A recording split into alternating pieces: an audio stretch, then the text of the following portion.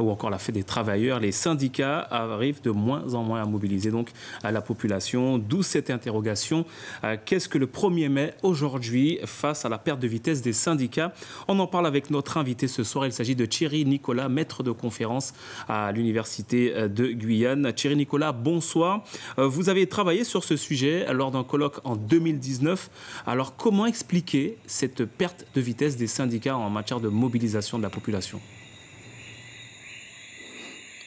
Oui, alors cette perte de vitesse s'explique très largement par le fait qu'en Guyane, les syndicats ne trouvent pas forcément un terrain favorable à leur développement. Il faut rappeler effectivement que le secteur industriel, qui est largement pourvoyeur de syndiqués, est peu développé en Guyane. Ensuite, le tissu économique est largement constitué de petites et moyennes entreprises, le plus souvent familiales, qui là aussi ne sont pas des éléments qui favorisent l'implantation syndicale. On peut aussi rappeler l'importance du travail informel et évidemment le fait que la population soit jeune et que cette nouvelle génération par rapport à l'ancienne est moins sensible aux problématiques syndicales. Ce sont 4 éléments qui justifient très largement les difficultés d'implantation des syndicats, en tout cas de leur développement en Guyane. Tout en sachant, et c'est la nuance que je voudrais apporter, que les syndicats sont extrêmement forts dans certains bastions, on va les appeler ainsi, tels que chez les dockers, dans l'électricité ou encore dans la fonction publique, qu'il s'agisse de la fonction publique d'État, la fonction publique territoriale, dans les collectivités locales en particulier, ou encore dans la fonction publique hospitalière. Alors pour compléter, je voudrais rajouter que le 1er mai,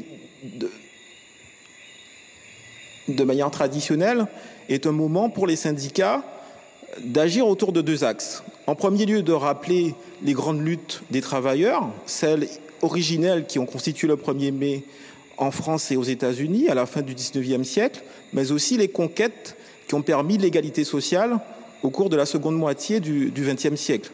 Et c'est aussi pour les syndicats l'occasion de poser des questions sociales et sociétales, notamment sur la question, on l'a vu avec l'UTG, de la colonialité en Guyane, des questions d'insécurité, d'immigration, ou encore en 2015, on l'a vu toujours avec l'UTG, la question des barrages routiers. Alors, les différents combats aujourd'hui menés, alors que reste-t-il de ce 1er mai, de cette fête des travailleurs, Thierry Nicolas? Alors, effectivement, je voudrais signaler que si en termes de mobilisation, le 1er mai n'est pas forcément suivi et on a l'impression globalement que les appels à la mobilisation ne sont pas forcément, on va dire, suivis par la population, il faut remarquer que la temporalité de la mobilisation se situe à d'autres moments. Et c'est ce qu'on a pu mettre en évidence dans le cadre du colloque, c'est le fait qu'aujourd'hui, les questions qui sont traditionnellement posées par les syndicats sont concurrencées par des collectifs citoyens qui se mobilisent de manière quasi spontanée en fonction des faits de l'actualité. Ça peut être l'augmentation des prix du carburant, ça peut être des actes de violence, des meurtres, etc. Donc la temporalité des mobilisations liées au collectif est différente de celle des syndicats.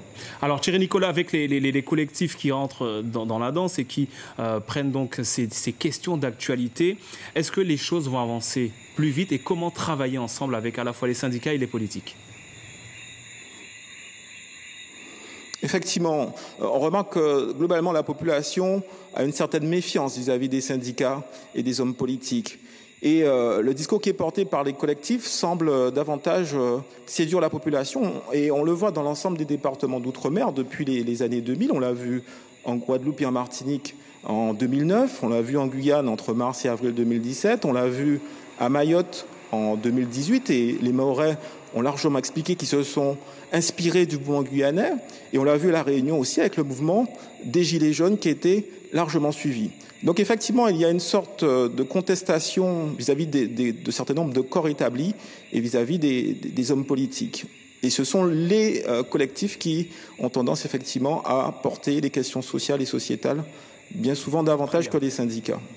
Merci Thierry Nicolas d'avoir répondu à notre invitation ce soir. On rappelle que vous êtes maître de conférence en géographie à l'Université de Guyane et que vous étiez en direct de Saint-Laurent du Maroni, direct rendu possible grâce à Maëva Myriam Poney.